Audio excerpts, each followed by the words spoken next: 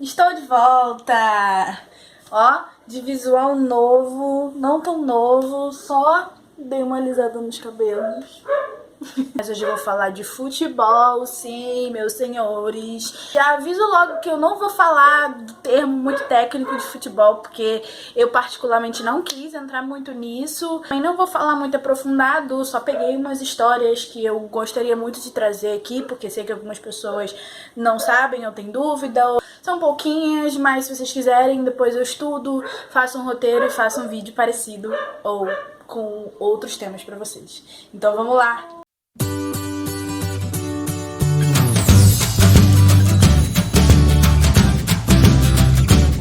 Democracia Corintiana, que foi um movimento de luta, né, do Corinthians contra a ditadura militar e a favor dos diretas já, composto por vários jogadores de futebol muito famosos, como Sócrates, Vladimir e o Casagrande. E ele era um movimento, assim, eu posso estar errada, pode ser que o que eu estudei esteja errado? Sim, pode ser. É um movimento de bater de frente com a ditadura militar aqui no Brasil, em 64, e eles eram muito, assim, esclarecidos, estudavam muito sobre essas questões da liberdade, brasileiro poder votar, né? E o Sócrates dizia, né, ele fez um livro, escreveu um livro sobre o Democracia Corintiana. Ele falou que o futebol, ele é um esporte coletivo. Ele dizia que quanto mais perseverança, mais gente unida, o resultado será muito melhor, porque você não consegue fazer nada sozinho, e o futebol é uma grande expressão dessa questão de você lutar pelos seus direitos. E o Corinthians, ele infiltrou muito bem essa questão de democracia corintiana, porque diversas vezes, em vários jogos do Corinthians daquela época, eles iam pro jogo uniformizados, com camisetas, assim, pedindo que a bancada legislativa atendesse a questão do comício das diretas já. O Sócrates disse que ele sairia do país se a votação no Congresso sobre as diretas já não passasse, tipo, não fosse adiante. Ele ia sair porque ele se sentia num compromisso muito grande com o país e ele simplesmente não ia querer ficar. Então ele foi embora pro Fiorentina porque não passou, né? Obviamente não tinha passado o comício direto já. E daí o Democracia Corintiana acabou em 85. O futebol aqui no Brasil não era algo profissional, era uma questão amadora. Ou seja, ninguém podia receber para poder jogar futebol. Que o Vasco da Gama, né, sempre se sobressaiu de colocar o povo dentro do futebol, dentro do esporte, né?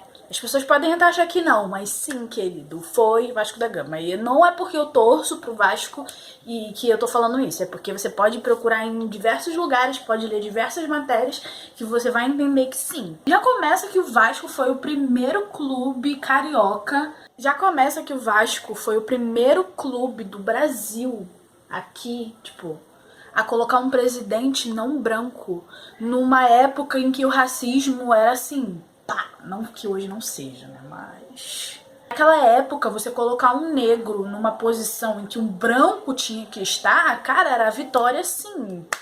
Parabéns pra você, meu anjo, porque coragem tem, porque naquela época o ditado que a gente usa hoje de parabéns pela coragem porque noção não tem nenhuma, era usada muito naquela época, principalmente nessa questão racial. O Vasco teve a ascensão, né, na elite do futebol, que elite do futebol não era algo profissionalizante, era algo amador. Então naquela época, assim, você ter um time que jogava pra caralho e saía batendo em todos os adversários era considerado algo perigoso. Então isso se deu com o Camisas Negras, que foi um time do Vasco e que teve uma campanha assim de vitórias fora do normal. E assim, os caras estavam batendo todos os adversários, Flamengo, Fluminense, Botafogo, América, eu acho. Então, os caras adversários falaram assim: não é possível que esses caras amadores estão jogando tanto assim pra bater a gente, entendeu? Porque isso não é futebol amador, isso é futebol profissional. Flamengo, Fluminense, Botafogo, acho que o América e o São Cristóvão entraram num consenso de criar uma liga, AMEA é o nome, é AMEA. eles não permitiram a inscrição do Vasco. E, tipo assim, as cláusulas do manifesto dessa nova, né, dessa nova liga de futebol era algo, assim, totalmente ridicularizado. Que você via ali que era uma parada simplesmente pro Vasco não estar. Jogadores pretos, pobres e de baixa condição não poderiam estar. Muitos deles tiveram que, tipo, mentir, dizendo que trabalhavam em comércios locais, simplesmente para dizer que o futebol para eles não era um emprego, e sim um hobby, para poderem tipo assim, competir, para poderem jogar, porque era uma coisa totalmente nula naquela época. Você ter o futebol como um trabalho, era mais uma coisa que você curtia ali com os brothers no fim de semana, ia lá, jogava, ganhava os adversários e tava tudo ok, beleza. O Vasco tentou entrar, né, na MEA, tentou lá fazer a sua inscrição, e o presidente da MEA, junto com os dirigentes dos clubes rivais, chegaram e falaram assim: Vasco, você tem que dispensar 12, tá? Dos seus jogadores. Que, consequentemente, né, assim, de brincadeira, eram os 12 jogadores negros, operários, porque os caras estavam com medo do Vasco ter uma ascensão muito maior com eles, ainda mais com um time, assim, considerado por eles de baixo nível mesmo. Presidente maravilhoso, Prestes, homem, escreveu a resposta histórica, né, que é muito conhecida hoje no Rio de Janeiro, conhecida pelo Clube Vasco da Gama e por muitos outros clubes. O presidente simplesmente deixou claro: olha só, se os nossos jogadores negros, os nossos jogadores operários, pelo qual nós lutamos para estar aqui hoje, não podem jogar, se Vossa Excelência quer que eles saiam, então a gente vai ter que, infelizmente, dizer que o Vasco não quer mais fazer parte da MEA. Então é praticamente assim: não vou abrir mão dos meus jogadores, eu não vou fazer esse papel ridículo de simplesmente expulsá-los para poder entrar numa liga de futebol. Um ato assim de bravura, de você se impor contra aquele sistema de racismo. Eu priorizo os meus jogadores, eu priorizo a minha comissão, eu priorizo toda a história que eu tenho em questão disso. Eu não quero fazer parte. E não queriam que o Vasco participasse, né, obviamente, por conta dos jogadores negros, e assim, eles estavam vetando ingressos da liga para clubes que não tivessem estádio próprio ou estádio em boas condições de receber os jogos. Fizeram uma arrecadação e conseguiram, em menos de um ano, tá entendendo? Uma casa, eu acho que uma casa não é construída em menos de um ano. Os caras construíram um estádio de futebol. Cara, você tá entendendo? Algumas pessoas se juntaram ali falando: não, a gente... os caras não vão deixar a gente assistir os jogos porque a gente não tem um estádio em boa condição, então a gente vai construir um. Não é uma casa. Não é uma moto que você vai ali e compra. Os caras construíram um estádio, pelo amor de Deus. O estádio hoje que cabe mais de 22 mil pessoas. Vocês estão entendendo? Não, eu acho que eu vou dar um tempo aí pra vocês entenderem. É um estádio de futebol. Um estádio de futebol. Os caras construíram sozinhos. Nosso antigo presidente, Getúlio Vargas, consolidou, né, assinou a CLT no nosso estádio. Getúlio Vargas gostava muito de dizer que ele era vascaíno aqui no Rio. Getúlio Vargas assinou a CLT em São Januário. Ou seja, hoje é a consolidação das leis trabalhistas que valem em todo o território nacional foi assinado em São Januário. Queriam dar um avião para poder ajudar na época da guerra, da Segunda Guerra Mundial e tal. O presidente do clube, junto com o pessoal lá que comandava tudo bonitinho, chegou e falou assim: tá, vamos dar um avião pro Brasil lutar na guerra. E o presidente simplesmente falou assim: olha só, a gente tem que comprar um avião imediatamente. E não era imediatamente tipo, vamos ver o que vamos fazer para poder comprar esse avião. É sair da reunião e ir lá comprar o avião. O cara simplesmente foi ver o preço do avião e falou, o cara falou, tá o avião. Ele falou, pô, é muito caro, né? Dá 2. Não tô nem aí. E o que aconteceu? os torcedores foram lá, fizeram uma arrecadação para poder pagar. Gente, você tá entendendo que a torcida pagou dois aviões pro Brasil lutar na guerra. Acho que foi lá, pintou uma cruz de malta bonitinha e deu. Falou assim, toma, meu anjo, ó, 2 aviões lindos, maravilhosos. O Vasco fez muita diferença. Os caras mandaram muito bem, tá? Valeu, Vasco. Tá de parabéns. João Saldanha.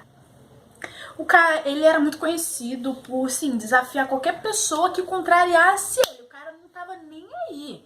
Sacou? Era linha de frente mesmo, ele batia de frente com quem fosse. O cara simplesmente virou treinador da seleção de 70, eu acho. E o presidente Médici simplesmente chegou pra ele e falou que ele tinha que escalar o Dadá Maravilha.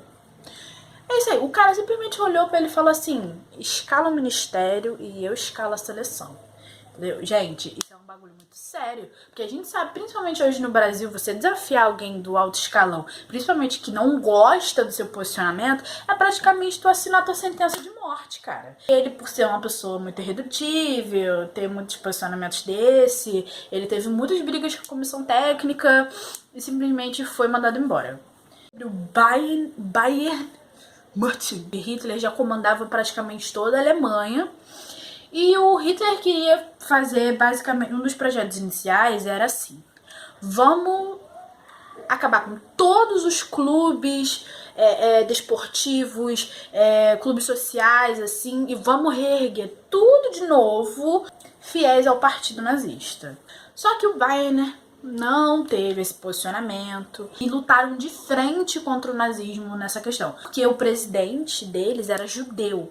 O ministro da educação na época na Alemanha do nazismo, ele simplesmente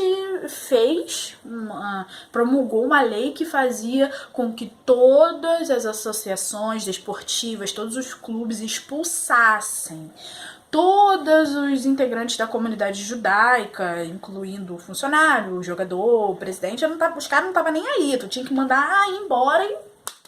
E o Bayern falou que não ia expulsar e deixou o cara lá. Só que aconteceu, pelo Bayern ter esse posicionamento, eles começaram a perder tudo.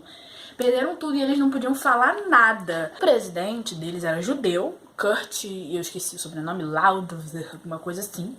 Ele foi preso pelo exército nazista, foi mandado para um campo de concentração, no qual ele conseguiu fugir, e ele se refugiou na Suíça durante muito tempo, até quando o nazismo acabou e voltou para a Alemanha, foi de novo aclamado pela torcida, aclamado pela galera, e voltou a ser presidente de novo do Bayern por aclamação e tal. Teve um jogo em que ele estava presente, e daí todos os integrantes do clube aplaudiram ele durante muito tempo. E eu não sei falar esse nome, é Gestapo, alguma coisa? A Gestapo, entendeu? Entrou, ameaçou bater em todos os torcedores, em todos os jogadores, ameaçou prender todo mundo. O vídeo foi mais para poder ressaltar a importância do futebol e a importância de você se combater a questões assim de devida importância com o peito aberto para poder lutar. Você se colocar na linha de frente disso é um ato muito corajoso. E eu acho isso um ato de coragem.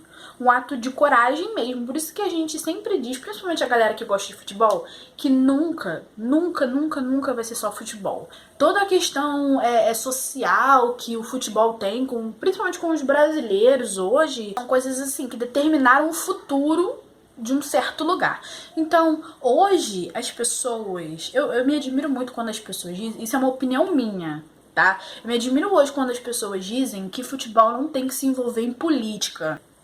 Futebol é um ato político. O futebol sempre esteve na linha de frente dessas questões, entendeu? Hoje, com os protestos que estão acontecendo pelo Brasil inteiro, os clubes de futebol se colocarem na linha de frente, e as torcidas principalmente, para poder combater isso, gente, é um ato, assim, eu considero um ato de resistência, é um ato nobre, é dizer que nem só de futebol viverá o clube, mas sim de torcedores que estão ali para dar a cara a tapa. Mas é assim, é mostrar que realmente não é só futebol. Sim, o futebol hoje, ele tem uma representatividade enorme, ele tem que ser ouvido pra nesse nicho mesmo, porque Vasco da Gama esteve, né, o clube Vasco da Gama esteve na frente disso, o Bahia esteve na frente disso, o Corinthians esteve na frente disso.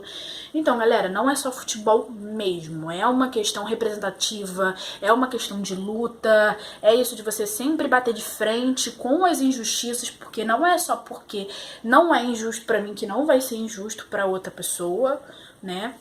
A gente conseguiu fazer uma parceria bacana, então vai estar aparecendo aqui também, de novo, o telefone deles na descrição, e vocês podem dizer que foram por minha causa.